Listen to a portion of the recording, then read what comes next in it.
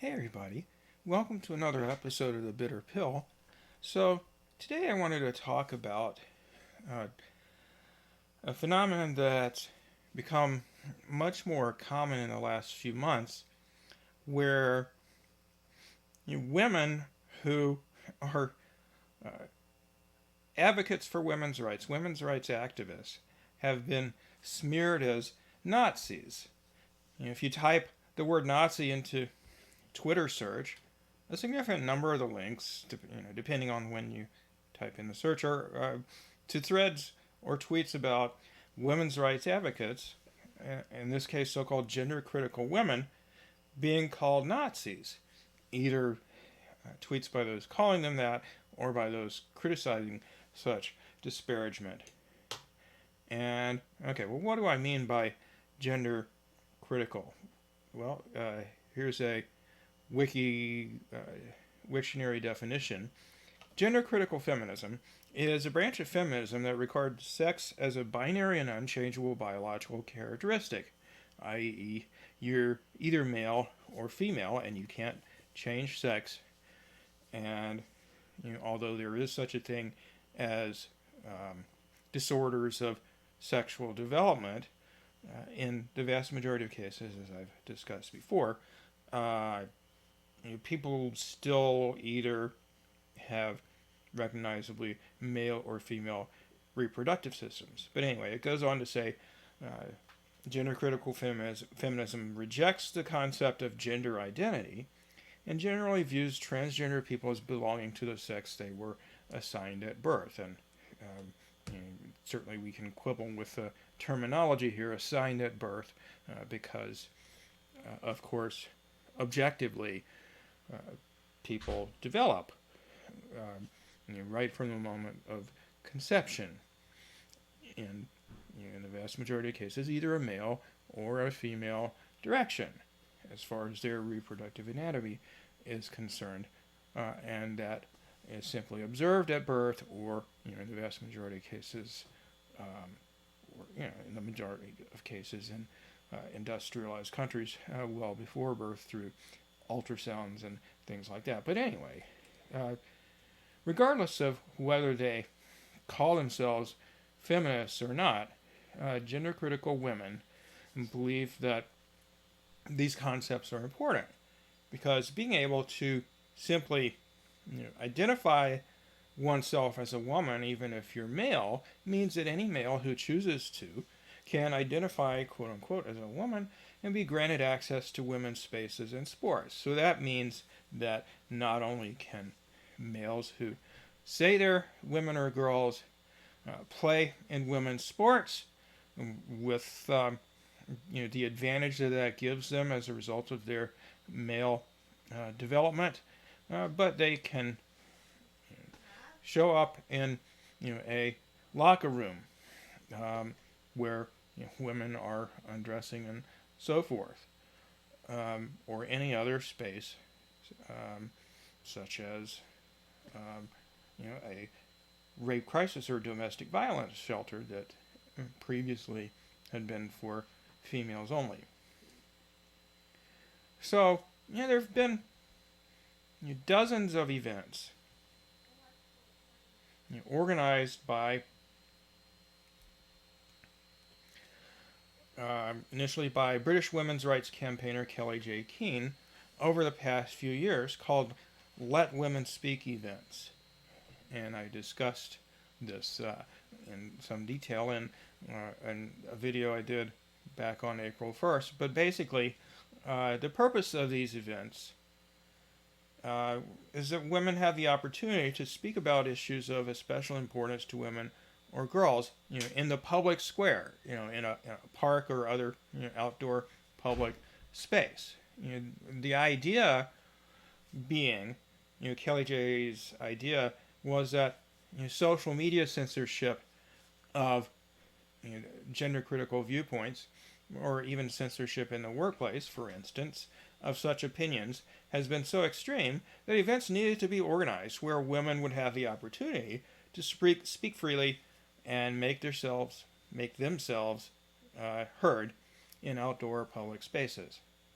So, as I briefly discussed in that video that I made a couple of months ago, the hullabaloo that I'm focusing on in this video, where women are being called Nazis, even if there's no evidence that they are, this kind of took off in earnest after a Let Women Speak event in Melbourne, Australia, back on March 18th. Now, a typical scenario at these events is that so-called trans rights counter-protesters tend to show up at these events, to be honest, with the aim of shouting the women down or otherwise attempting to prevent them from speaking. And even, as I mentioned in my video on April 1st about these events in Australia and the planned ones in New Zealand, there have often been physical assaults by the counter-protesters on women at these events. And, for that reason, there's typically a significant police presence at these events to keep the speakers and their audience separated physically from the counter-protesters. But at this event in Melbourne in March, there were an assortment of other groups present, including a group of anti-vaxxers, and most relevantly here, a group of neo-Nazis. Now, despite being dressed in all black, just like the Antifa contingent of the counter-protesters, as Antifa folks generally do, this group of about 20 neo-Nazis were mysteriously allowed past the police line, even though they were dressed almost identically to some of the so-called trans rights demonstrators. Ultimately, they proceeded to perform Nazi salutes once they were on the other side of the barricades, both where they were initially and then when they later marched to the Parliament steps, where, interestingly enough, the women staging the speaking event were not allowed. They wound up doing more Nazi salutes there, kind of staging a photo op, and then ultimately the police escorted them out at the request of one of the organizers of the Let Women Speak event. And so what happened was that their presence there was blamed on the women, even though they certainly hadn't invited them, and they were not the Nazis didn't join the women's group. And it was claimed without evidence that some of the women themselves were Nazi sympathizers. There was even a claim in a British newspaper that women attending the Let Women Speak event in Melbourne staged a, quote, mass Nazi salute. So let's take a look at that.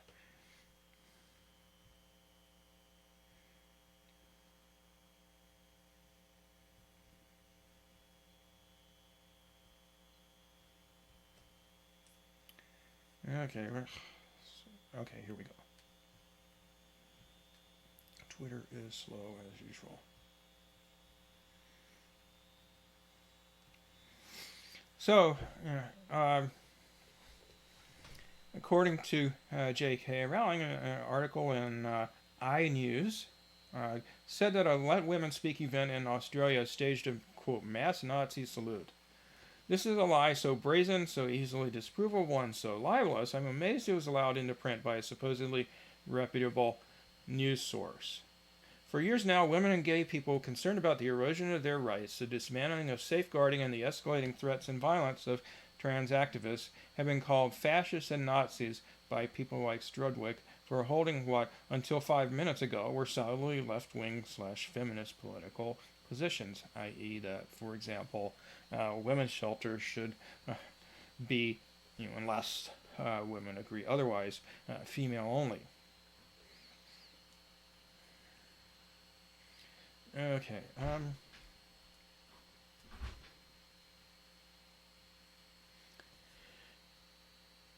Angie Jones, a Melbourne woman who was the lead organizer of the Let Women Speak event in Melbourne, responded to J.K. Rowling and thanked her for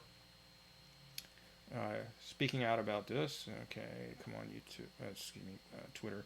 Thank you, J.K. Rowling. I was one of the organizers of the event, and the lies told by the leaders of both state political parties and spread by an ideologically driven media have decimated my life. It never stops, and I have been given no right of reply or opportunity to clear my name. So this so-called trans rights activist claims Angie Jones facilitated an anti-trans rally on the steps of Victoria's state parliament, which saw Nazis and TERFs hand-in-hand saluting and chanting Heil Hitler. Angie failed to condemn the Nazi presence once at the event over the course of hours. So, this kind of like that game of telephone, where at first the claim was that the women or some of the women had something to do with the Nazis or were sympathetic to Nazis or whatever, and now it's escalated according to this person's claims into Nazis and trans-exclusive radical feminists were hand-in-hand saluting and chanting Heil Hitler, which, as we'll see, is definitely not what happened.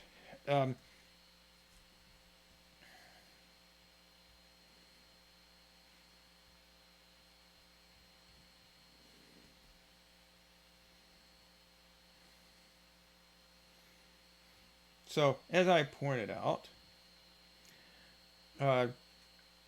in response to this person who showed a picture of these Nazis that were at the Melbourne event, you can see there's nobody else in the picture except for a couple of cops in the background. Nobody else seems to be anywhere near them.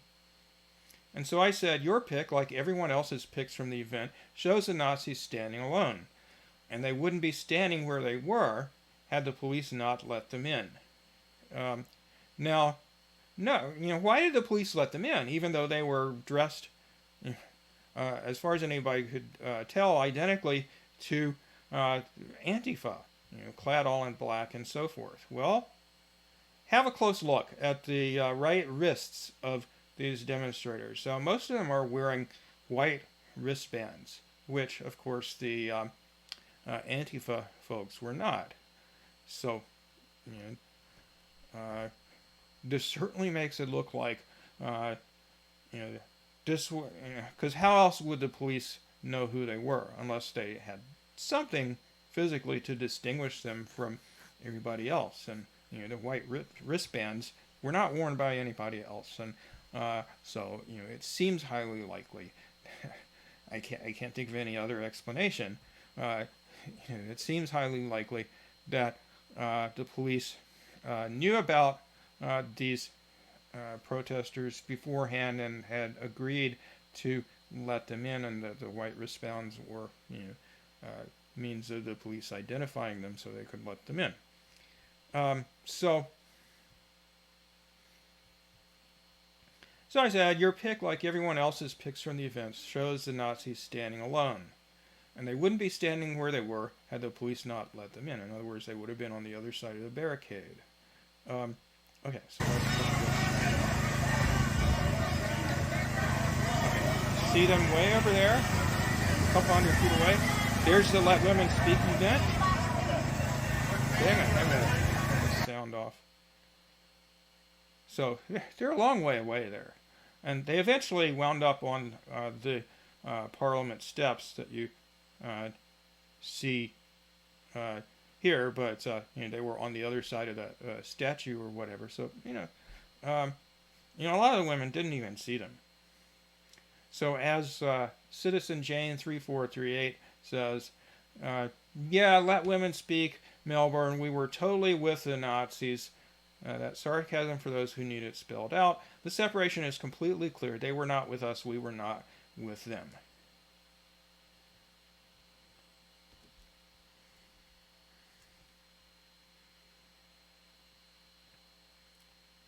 So you might wonder, well, how did this claim that these women were Nazis originate? Because there's just no evidence that the two groups ever even mingled at all, other than one woman who was one of those speakers who did a photo bomb of one of their pictures that they took of themselves. So Colin Robinson, a Melbourne resident, writes, Melbourne neo-Nazis were paraders and provokers, not protectors. What were they doing? What they were doing around Posey Parker's women's rally on March 18th. A small group of unashamed neo-Nazis triggered extreme reactions from political leaders in Australia and New Zealand when they made a public appearance in the heart of Melbourne on March 18th, 2023. As I mentioned in my video a couple of months ago, the fact that these smears against the women as supposed Nazis became prominent as a result of the neo-Nazis showing up at the event in Melbourne, that led to how much rage the counter-protesters demonstrated at a planned event in Auckland, New Zealand, later that month, which the LetWomenSpeak organizers had to cancel because they were rightfully fearful of violence, which there was some there. The neo-Nazis did their thing alongside the LetWomenSpeak rally led by Posey Parker, aka Kellie-Jay Keen, on the steps of Victoria's Parliament House, as an angry crowd was holding a counter-protest on the other side of Spring Street. So what sort of thing were the neo-Nazis actually doing? A claim that went viral is that the neo-Nazis were protectors of Posey Parker's rally. This sensational claim was pushed on Twitter by one of Australia's best-known progressive Greens leader, Adam Bant. So, the leader of the Green Party in Melbourne, or maybe in Australia generally, I'm not sure, said, I'm disgusted by the anti-trans rally in Melbourne yesterday, protected by their allies, saluting neo-Nazis. The banners they march under and the hate they espouse have no place here or anywhere.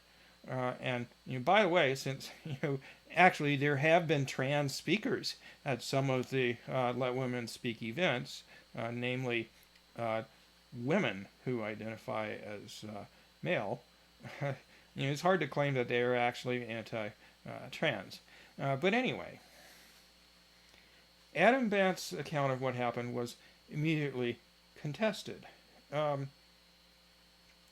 Demeter Aganipi says, how dare you slander me? I was a Green for about 10 years, campaigned for you in Melbourne.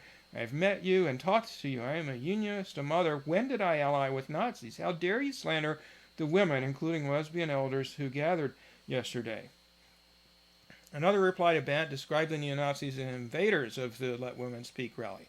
So neo-Nazis invading a peaceful public meeting of women is somehow women's fault? And women meeting to talk about issues that affect them is anti-trans? My, it really is a man's world. The source of the claim. How did Adam Bant know or think he knew, or perhaps just lied, that the neo-Nazis came to Spring Street to protect Posey Parker's rally? His tweet doesn't say. A few days later, the Victorian Greens made a public statement repeating the Nazis as protectors meme, but this time indicating its source. Members of Melbourne's far right gave Nazi salutes to counter-protesters and publicly announced their presence as protectors and allies of the rally. So this guy who wrote this article said he went to the Telegram site of the neo-Nazi group, the National Socialist Network. There I found a 3-minute video about what they called their banner action on March 18th. The video includes footage of their leader, Thomas Sewell, making his public statement from the Parliament House steps. Sure enough, he said they were there to support the rally and defend the innocent. But you have to ask yourself, should we believe what neo-Nazis say? Can Thomas Sewell and the National Socialist Network be taken at their word? Excuse me. I may need to take some cough medicine because my allergies are going off again. Hold on a second.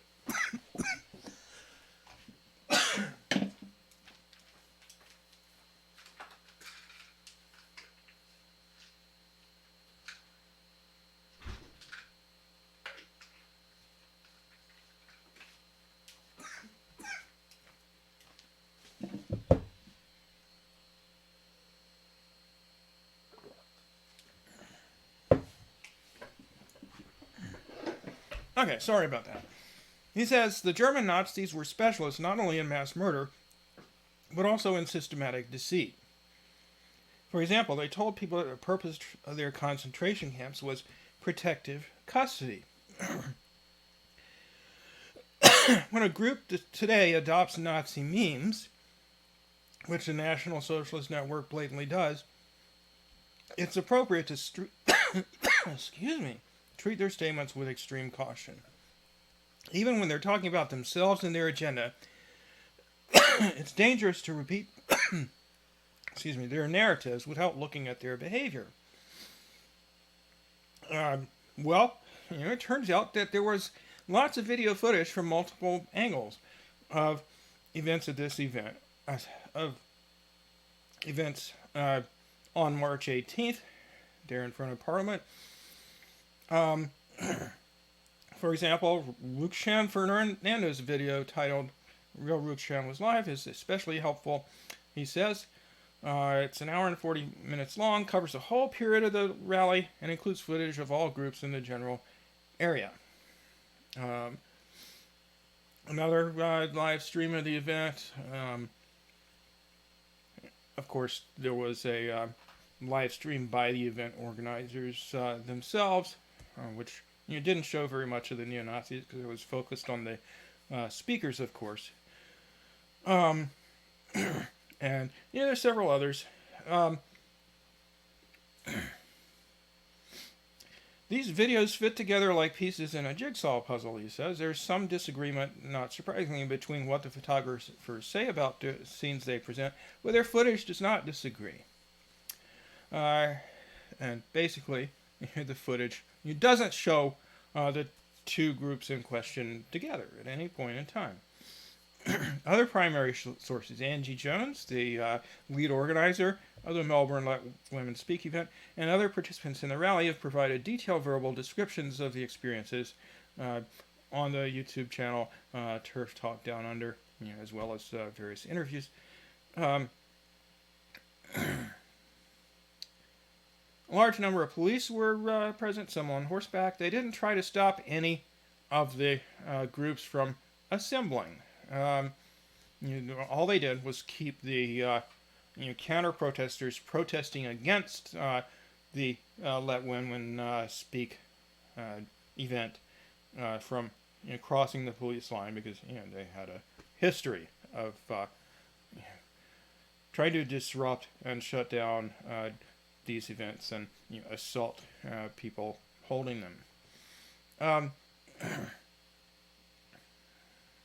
Let's see. I didn't highlight this article, so I'm not sure what I want to read from it. It says, people in the crowd held signs reading, repeal self-ID, protect girls and women, no male rapists in women's prisons. Yes, believe it or not, that's happened in several countries, including Australia, the UK, the United States, and so forth. And women need single-sex change rooms. Change rooms being the British or Australian English equivalent of the American term locker room. About 16 women made statements through the microphone. They spoke about how Victoria's gender self-identification laws, i.e., by simply proclaiming yourself a woman without having to live as such or change your appearance or anything, you can just enter what previously had been women's only spaces. Let's see. The platform there were 2 security guards there hired by the Let Women Speak organizers. Counter-protesters carried signs like trans love over turf hate, reproductive rights, abortion contraception, transition. A multicolored banner read, trans whores, power liberates. So they made a lot of noise. They didn't really have any speeches.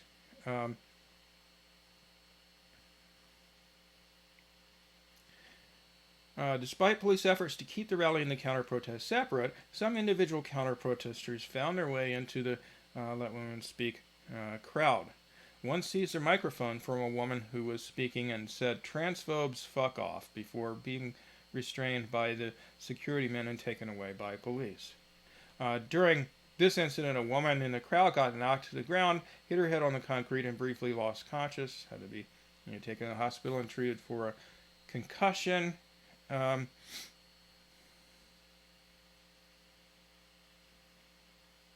Okay, so the Nazis kind of roamed around in the area on the other side of the police barricade, eventually mounting the Parliament steps and doing their thing, saluting.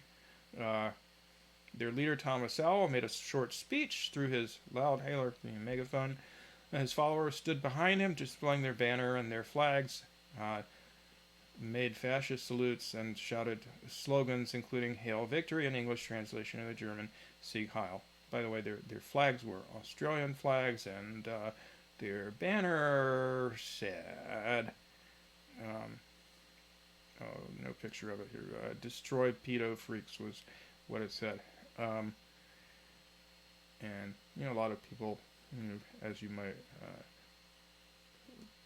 assume, thought that they were saying that trans people were pedophiles, which, like other groups of people, some are, most aren't.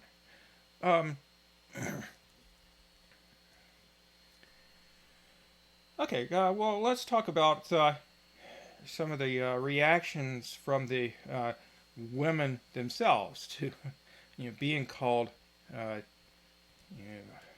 Nazis, or it being alleged that they were in league with the Nazis. So, Angie Jones,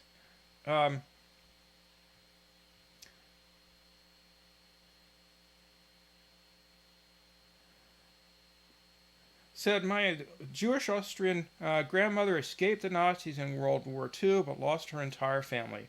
I grew up in intergenerational trauma from it. Yet I get called a Nazi by leftist men because I refuse to believe the totalitarian belief that men are women because they say they are." And she's responding here to Billy Bragg, the British musician, who said,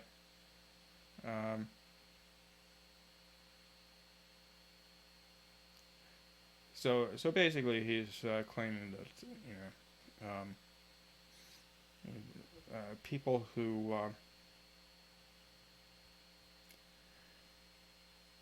argue that these women's rights advocates are akin to fascists or Nazis in their ideology, he's making that argument, and people are understandably outraged when some of them have themselves lost family in the Holocaust.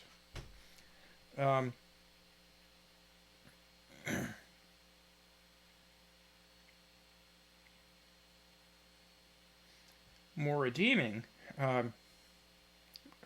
who is a member of Parliament, who was one of those speakers at the protest, and interestingly enough, the content of her speech was she read out a statement from a Muslim woman who was afraid to show up and speak at the rally. So she read it on her behalf. And Nazis are not known for their sympathy for Muslims or for indigenous people such as Maori people, which Moira Deeming actually has some Maori descent in her family. She's the first indigenous descended woman or person elected to Victoria's Parliament. Victoria's the state in Australia where Melbourne is. So she says, "After the event, I was informed that these masked men had in fact mounted Parliament House steps outside of our view on the other end and performed a Nazi salute, and that members of the Standing for Women group asked the police to make them leave, but were informed that the police had no powers to move them on due to the Labour Party's removal of these powers." The Let Women Speak event saw several women injured by the extreme left counter-protesters who infiltrated the event. I was assaulted and injured, along with multiple other women, including one who was taken to the hospital after being knocked unconscious. They also became violent with police and punched police horses. basically in an attempt to get the horses to move so they could force their way past the police lines. Interestingly enough, in one of the videos about these events, you see one of the Nazis petting a police horse, and meanwhile, some of the counter-protesters, so-called trans rights activists, punched horses in the gut.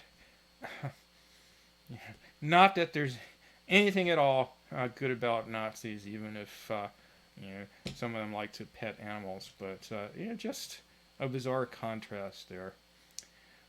So she said she called on others to condemn this violence against peaceful women. I also condemn, and note this, because a lot of the people who were calling these women Nazis say they didn't condemn the Nazis. She said, I also condemn the actions of the masked men in black who were later identified as neo-Nazis, who gate-crashed the Let Women Speak event. Most of the Let Women Speak supporters did not realize who they were until they were being escorted out by Victoria police when they did the despicable Nazi salute. I completely reject the beliefs of National Socialists, Nazis, and I have seen firsthand the impact that the Holocaust had on a family member. I forget which family member it is, but someone she's very close to her, someone who had a hand in raising her, not one of her parents, was a Holocaust survivor. None of those organizing the event had any involvement with these men, as has been confirmed by Victoria Police, the Australian Jewish Association, and all the organizers themselves. If Daniel Andrews had not repealed the Move On laws, they could have been removed. And I hope that the concerns of women and girls will finally be deemed worthy of attention. Let's see. I don't know if I have it called up anywhere, but I'll just let you take my word for it that there was a Australian Jewish organization, the Australian Jewish Association, that issued a statement, condemning the attacks on the women as claiming that they were Nazi sympathizers and so forth. And Daniel Andrews is actually a member of the Labour Party, who I think is the leader of the Labour Party there in the state of Victoria, and he was one of several high-ranking politicians that were among the initiators of these smears of the women as Nazis. A later statement from Moira Deeming. She was ultimately expelled from the Liberal Party, which is the more conservative of Australia's two major parties, the Labour and Liberal parties. Expelled MP issues second defamation notice against embattled Liberal leader John Pesutto. Expelled Liberal MP, so she was not expelled from Parliament, she was expelled, at least for the time being, from the Liberal Party. Moira Deeming has served a second defamation concerns notice on John Pesutto, seeking substantial and aggravated damages and alleging that the Victorian opposition leader accused her of being a Nazi sympathizer and Nazi associate, and used that as a basis to threaten and bully her out of the parliamentary party. Mr. Pesutto was served the documents on Wednesday morning, hours after being blindsided by the resignation of Deeming ally Ryan Smith, another Liberal Party member.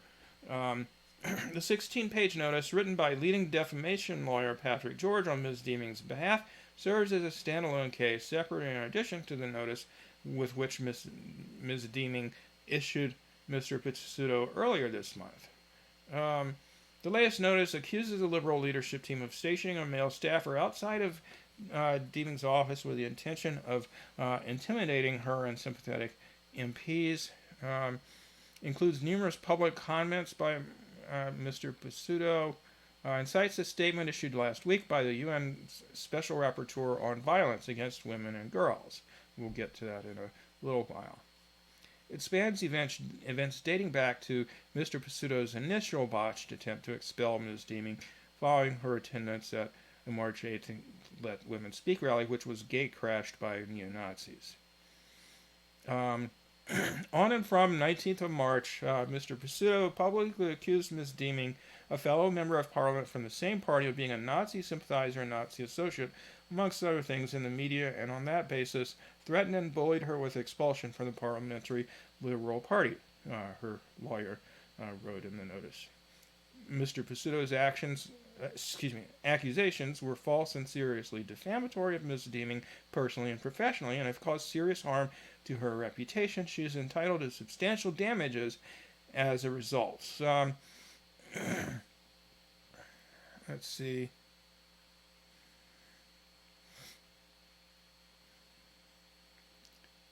Yeah, so basically, this fellow John Pesutto, tried to get her expelled from the Liberal Party. Didn't succeed initially, and then tried again, despite it being more and more evident, even to members of the Liberal Party, that none of these allegations were true. Okay. Well, I'll post this. I'm not going to read all the way through it. But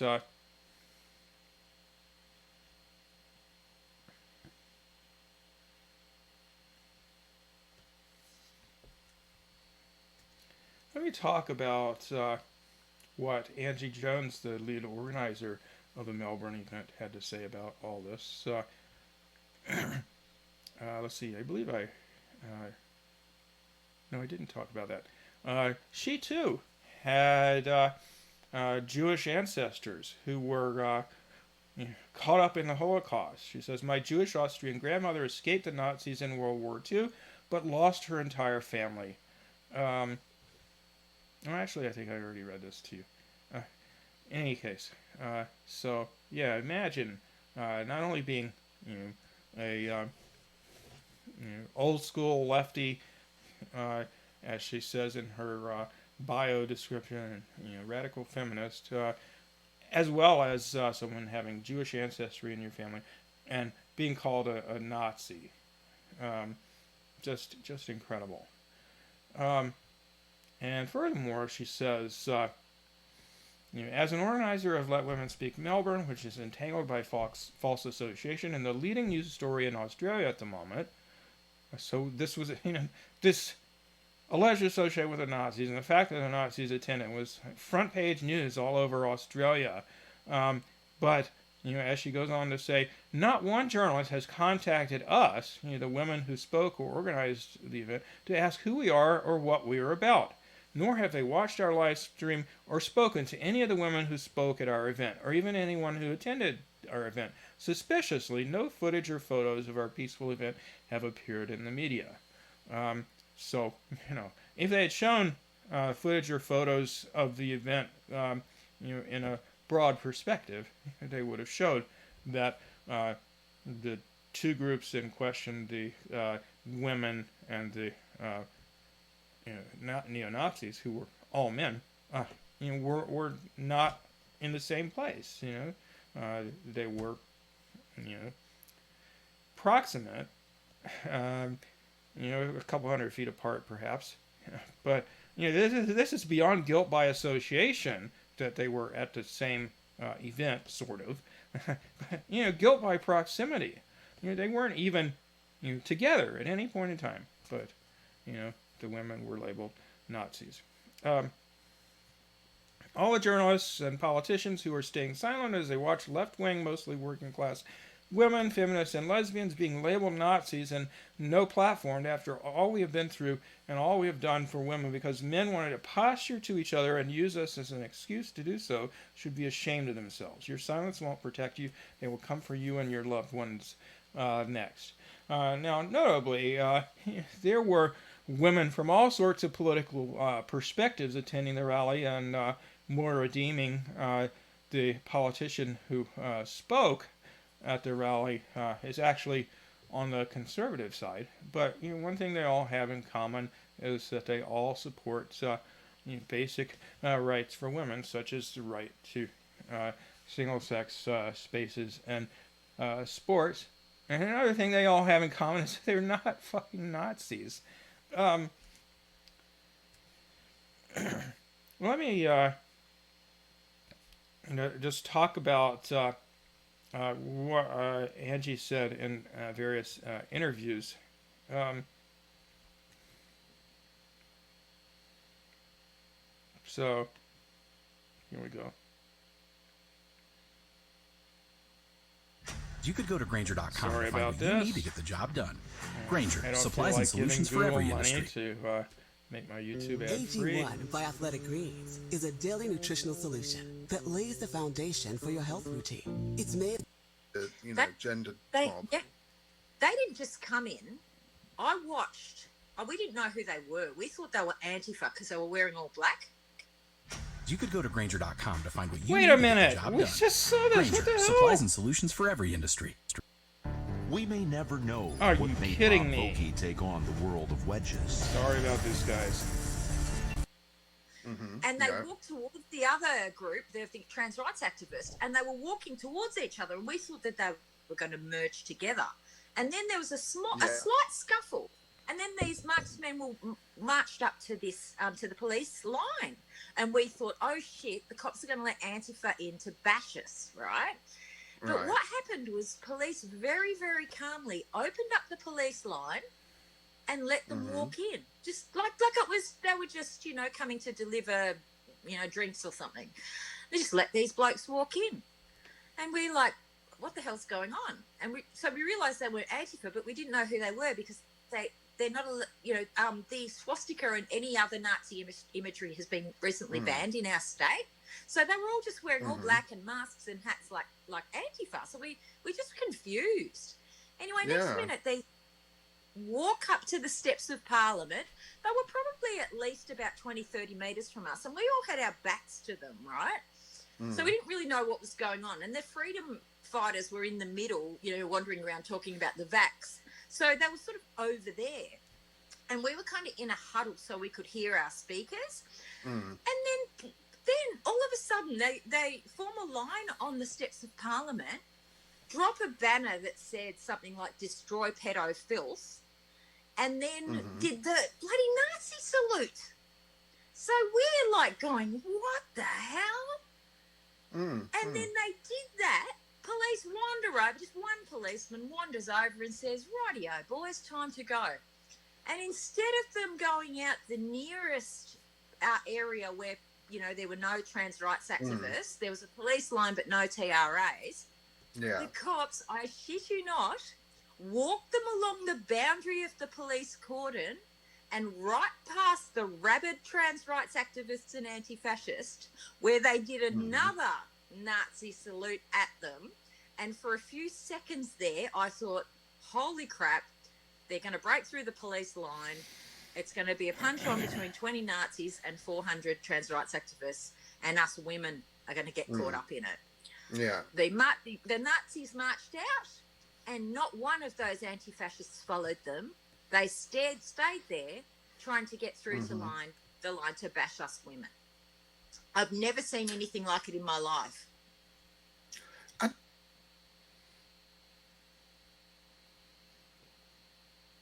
Okay, let's look at a couple of clips from another interview somebody did with Angie. This was just a few days ago. One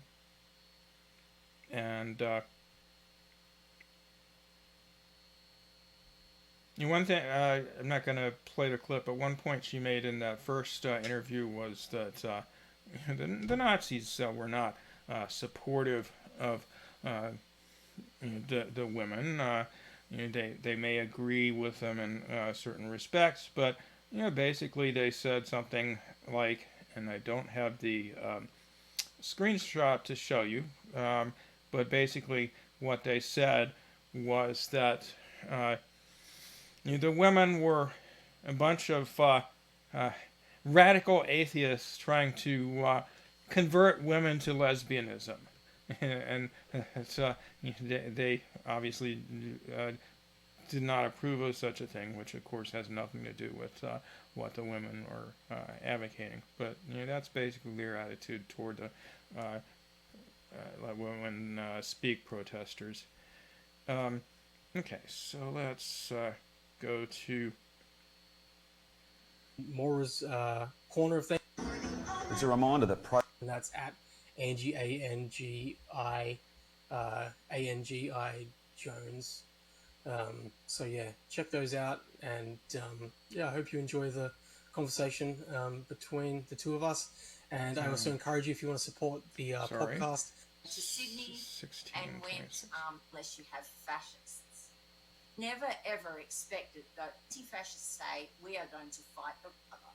Now we knew that was going to happen because the anti-fascists decided to use this event to falsely conflate Kellie-Jay with the far right. Now we didn't think anything of that. We thought they might turn up, but we never, and they'd fight with the anti-fascists and just leave us well alone, because that's what normally happens in these circumstances. We never ever expected that those men would be allowed anywhere near us, let alone be permitted to go onto the Parliament steps, where we ourselves, the people who had applied for permission to be there, the only group that had sought permission and approval from the police to be there, we weren't allowed on the Parliament steps, but these blokes were. Now, the thing that got me is we didn't see them, we didn't know who they were until they left, because they were so far away from us. And none of the media captured our event, because if they did, there was one photo I saw which had the Nazis on the steps, the freedom fighters in the middle, and the women huddled in a corner on the other side. If the media had represented us at all, this whole idea that the Nazis were with us would have completely disappeared. They couldn't ever have conflated us. The Nazis spent more time fighting with the anti-fascists over the other side, 200 metres away from us, than they did anywhere near us. They had nothing to do with us. And the media, I thought it was strange on the day that I could see media around, but no one was approaching anyone from our group. And then all of a sudden, when the neo-Nazis, I didn't even know they were neo-Nazis initially, but when the men appeared, media came flooding out of the trans rights activist side, and the cameras started going off, and and I'm like, what the hell's going on? And then we realised what was happening, and I went up to the police and said, what the hell's going on here? Get these men out of here. And they said, okay. And they did. But then they marched them past us, and between us and the trans rights activists, who went completely feral. And I actually thought they were going to break through the line and not go after the Nazis. They let them walk off down the street. I thought they were going to break through the line and come after us. Now, we weren't sure they were neo-Nazis, because we got a lot of flack because we did an after video, because from our perspective it was a successful event. The speakers were amazing. One woman was injured when someone grabbed our microphone and she banged her head and had to go to hospital, had concussion. But apart from her, nobody was assaulted. Danger. We had things thrown at us and we were abused and whatever, and pushed and shoved, but nobody was, hurt. It was a successful event apart from this incident. But this incident just didn't. There was nothing right about it. It just didn't. We didn't even think they were real neo-Nazis. I didn't think so either. Are they cosplayers? Is this a movie set? It seemed almost like someone was putting on a performance. Are these, And I commented the other day on Twitter or something to the effect of, when I saw them, it was, it reminded me of Springtime for Hitler, a little song that Mel Brooks' play, The Producers, did, where they pretended like they were producing a video about Nazis that portrayed them positively. But it reminded me of that, because they didn't really look like real Nazis. They were dressed all in black, just like anti-fascists do, and they didn't have any prominent neo-Nazi tattoos.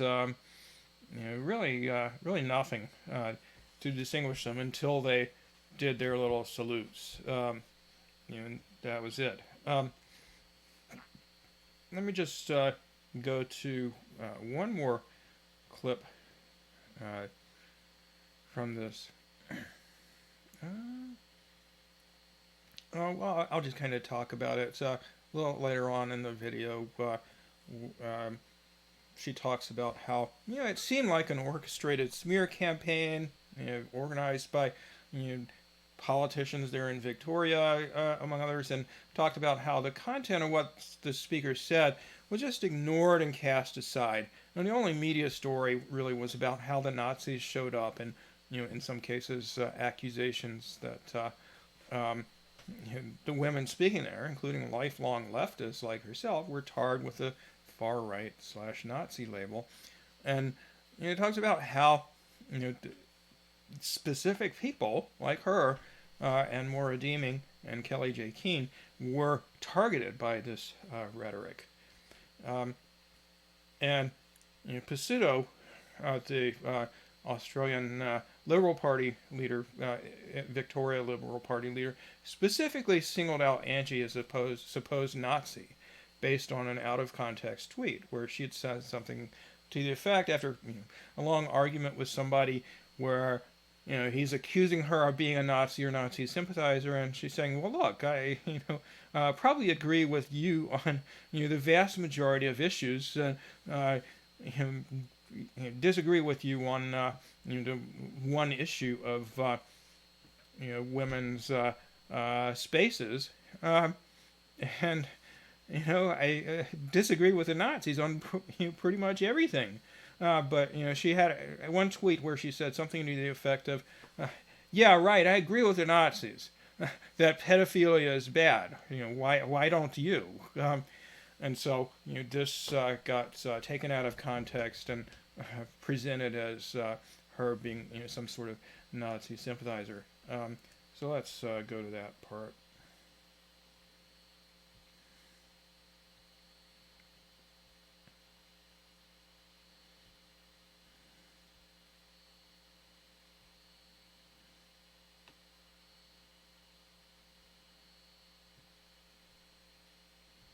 Have it in the context. They just took one line, and John Pesutto used that as evidence to prove that I was a Nazi. And he didn't just do it once. He went on radio. He went on television. He went, and Peter Credlin said to him, this woman is not a Nazi. She's a left-wing feminist. Peter Credlin is a journalist on Australian TV. I believe that she's maybe with Sky News.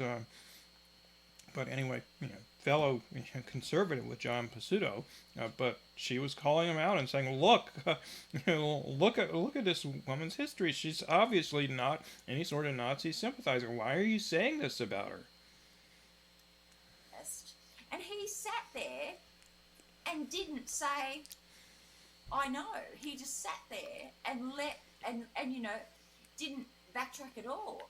And Peter Credlin's looking at him, and I had a night there where Corey Bernardi, Andrew Bolt and Peter Credlin were defending a left-wing feminist towards the leader of the Liberal opposition. It was like, what bizarre world am I in? But he still didn't say, "Oh, I made a mistake." And these people are saying, "You made a mistake." And he kind of just swept over it like it was nothing. Meanwhile, I was getting so many threats of violence. It was non-stop. My inbox had hundreds of abusive messages in them. I was told to kill myself. The only good Nazi is a dead Nazi. Just the worst possible things. So many images of Hitler blowing his brains out. Like heaps of those, and saying, "Follow your leader." I had weeks of that. I still got an abusive message about being a Nazi today. I have at least one a day. Yeah. So it is definitely the abuse that we've all received since this event is definitely linked to being called Nazis. It's not just that the Nazis attended, it's because the politicians came out and incited violence against us by calling us Nazis. Yeah. Yeah, I mean, precisely. These women who were, prominent organizers or speakers at the event were specifically targeted by these politicians, including Pesutto, who went on one radio or TV station after another and just repeated over and over these false, undocumented claims. And if you've listened to this channel before, you've heard me talk about the validity effect, where simply repeating something over and over and over again, even if it's not true at all, and even if you present no evidence whatsoever that it's true, tends to result in people believing that it's true. So you think of the example of, back, in the early 2000s, Iraq has weapons of mass destruction was the claim, repeated over and over and over, without any evidence, because there was none. They didn't have any weapons of mass destruction. And ultimately, I forget the exact figure, but opinion polls were finding that something like 80% of Americans, agreed that Iraq had weapons of mass destruction. And, on that basis, among, in addition to the belief in the false claim that Iraq was linked with Al-Qaeda's terrorist attack on 9/11, the majority of the American public for a while supported the war, the U.S. invasion of Iraq, and eventually they learned the truth that Iraq had no such weapons, but the lie worked. And interestingly enough, at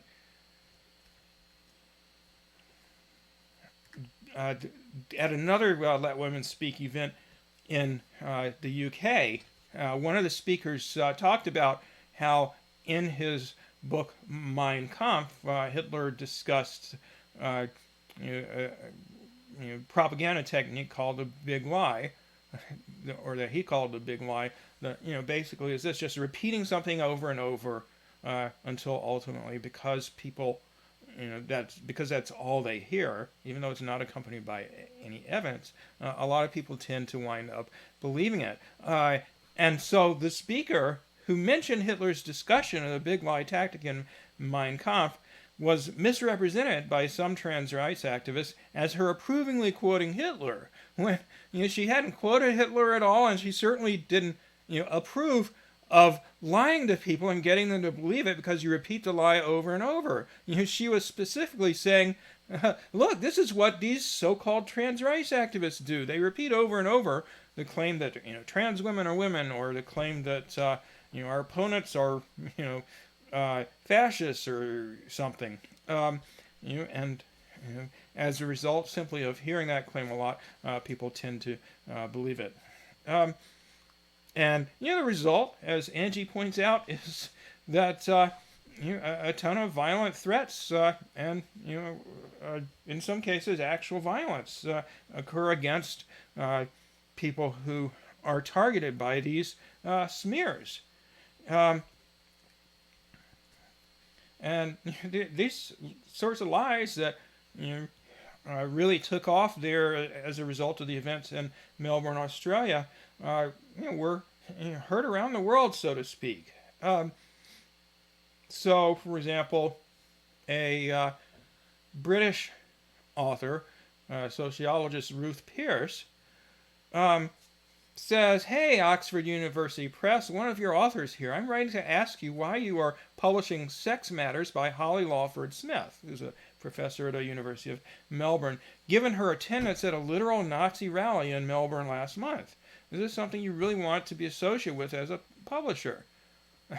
And just outright lies being recited by this person. I'm not sure whether she, actually believes them or not, but regardless, she's repeating a falsehood that she hasn't checked into herself to find out if it's true or not. So, she may as well be lying.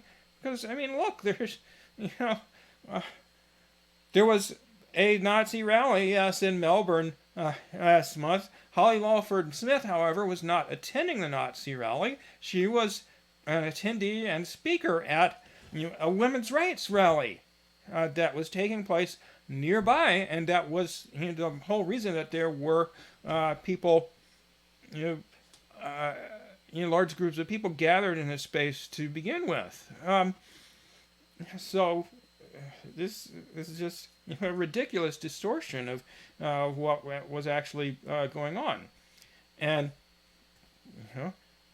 interestingly enough, and this seems to be very common with so-called trans rights activists who make such claims, she didn't allow anybody to reply to what she was saying. So she wants to shut Holly Lawford Smith up by having her publisher not publish her book, and by smearing people holding public speaking events like LetWomenSpeak, to try and silence them or have them deplatformed. And here she is, not letting anybody reply herself. Whereas the LetWomenSpeak events are organized with the explicit purpose of combating censorship. But there is pushback on this. As you saw, certainly J.K. Rowling does not support this smearing of women. Even someone from the UN Human Rights Council has spoken out against this smear campaign and attempts to silence women, which I discussed in not only my video about the New Zealand and Australia events, but also when I talked a couple months ago about Riley Gaines being attacked by so-called trans rights protesters when she was merely talking about her experiences having to compete against a male, Leah Thomas, in swimming events, and also having to be in a locker room with him. So anyway, let's take a look at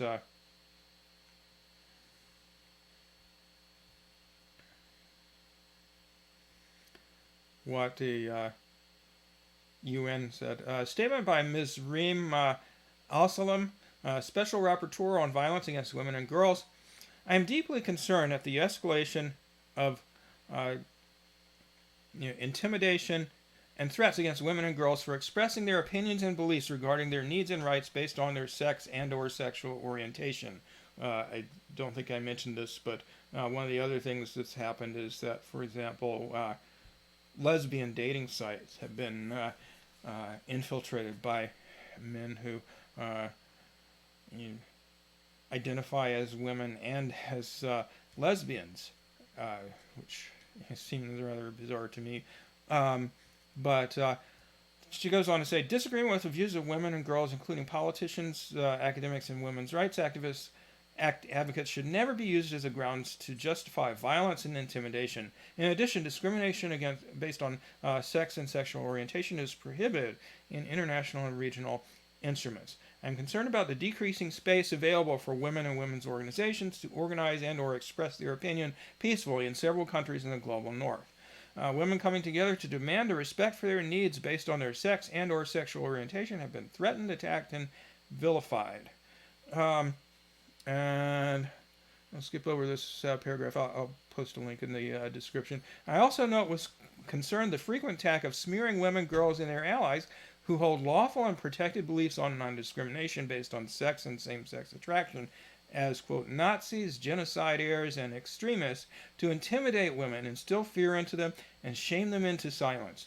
They've also been made with a specific objective of inciting violence and hatred against women based on their beliefs. According to international human rights law, freedom of expression should be protected unless it incites violence and hatred. The victims of these sorts of attacks on freedom of speech and expression who call for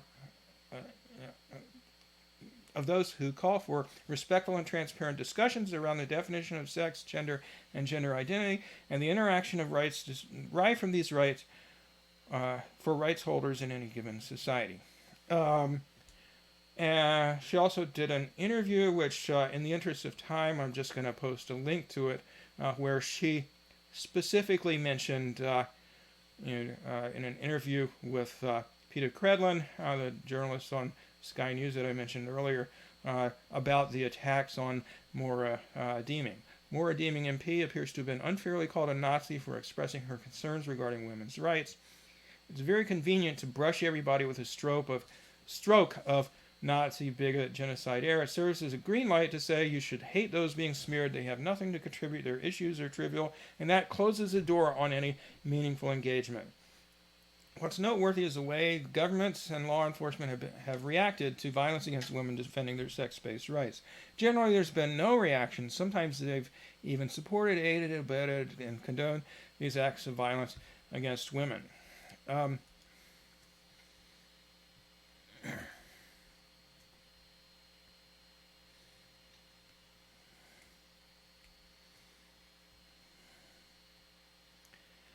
J.K. Rowling talks about how if the left's ever scored a bigger own goal than saying child safeguarding women's rights and free speech are far-right issues, I've never seen it. The idiots pushing this line are going to find it takes a lot of living down.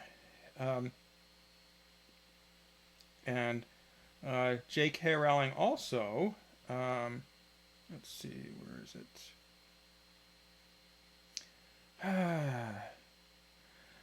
She also has explicitly supported women who are being attacked, such as Angie Jones, and somebody mentions that Kellie-Jay Keen was thinking about a lawsuit regarding the smears against her, and somebody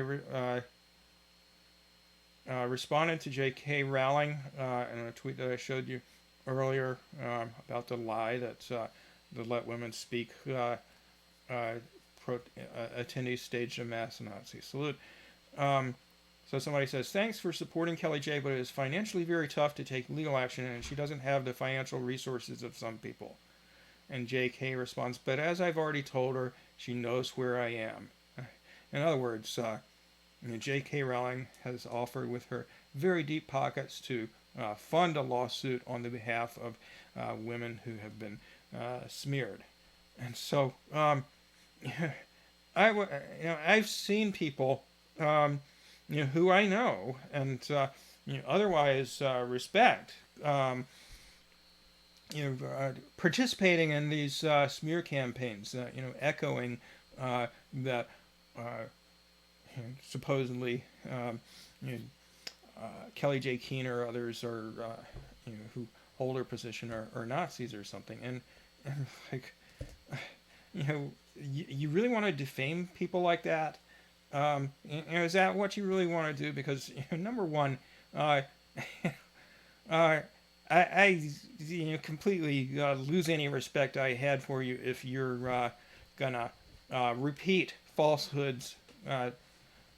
Or maybe you don't know they're falsehoods, but you haven't checked into them to verify that you're true, and you're repeating these awful smears of people. Like, this is the worst thing you can call somebody is a Nazi, and you have no evidence that the people who you're calling that are that. And what do you think is going to happen to them if that smear catches on? So it's repeated 100 times by some Australian politician that you're a Nazi. What do you think is going to happen? Well, exactly what happened to Angie Jones, and it's happened to Kellie-Jay Keen and every other single woman, Riley Gaines, who has been outspoken about this issue, which, regardless of whether you personally disagree with their political perspective, like if you're a leftist and they're a conservative or something like that, that doesn't mean that they're a Nazi. And when you call them that, you're setting them up to be subjected to violent threats and even actual violence. As almost happened to Kellie-Jay Keen in New Zealand. She escaped from there by the skin of her teeth. Surrounded by people protecting her as she left the event site, surrounded by a howling mob that was trying to tear her to pieces. What kind of world do we live in? What the hell kind of world do we live in 2023 when people who proclaim themselves to be on the left or progressive or anarchist or socialist or whatever the hell they call themselves are going around calling people such names at the drop of a hat? based on some very specific, real or imagined disagreement, which has nothing to do, with what you're smearing them as.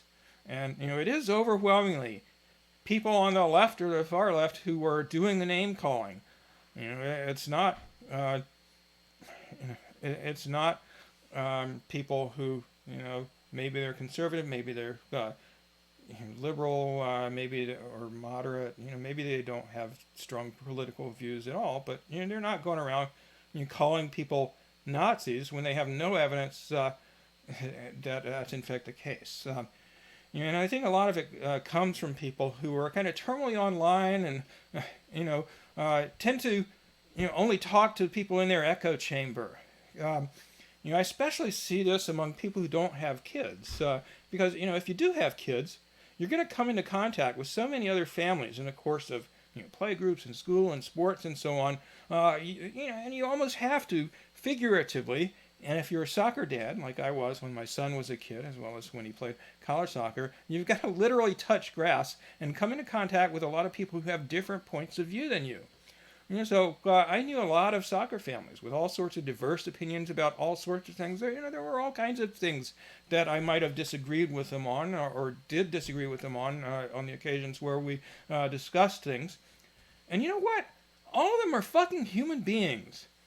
Our sons were, of course, participating in boys or men's sports, but many of the parents had daughters too. Or maybe they were, the women maybe were female athletes once upon a time. I absolutely guarantee you that they wouldn't have wanted their daughters to have to compete in sports with males, or for males to be allowed in the locker room with their daughters, like Leah Thomas was with Riley Gaines and the other female swimmers who competed in women's collegiate swimming. And what their political views might have been, has nothing to do with that. Fuck off with you calling them Nazis just because they think they should, get to, that women should be able to get to get undressed in a locker room without some male being in there. Defending women's rights, or females' rights to their own spaces in sports, it should never have been thought of as a political issue in the first place. And if you're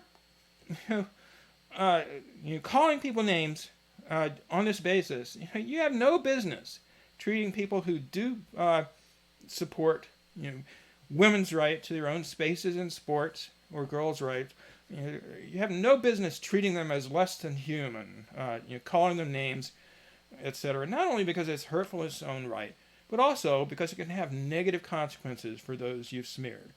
So women like Riley Gaines, Moira Deeming, Angie Jones, Kellie-Jay, and so forth, regardless of their political views, they get verbally abused and threatened with rape or other violence, or even physically attacked. There have been many cases of women at these speaking events being assaulted because people have been incited to hate them merely for expressing their views in public. And that's not okay, and it needs to stop. All right, that's all for today. Stay tuned for the next episode of The Bitter Pill.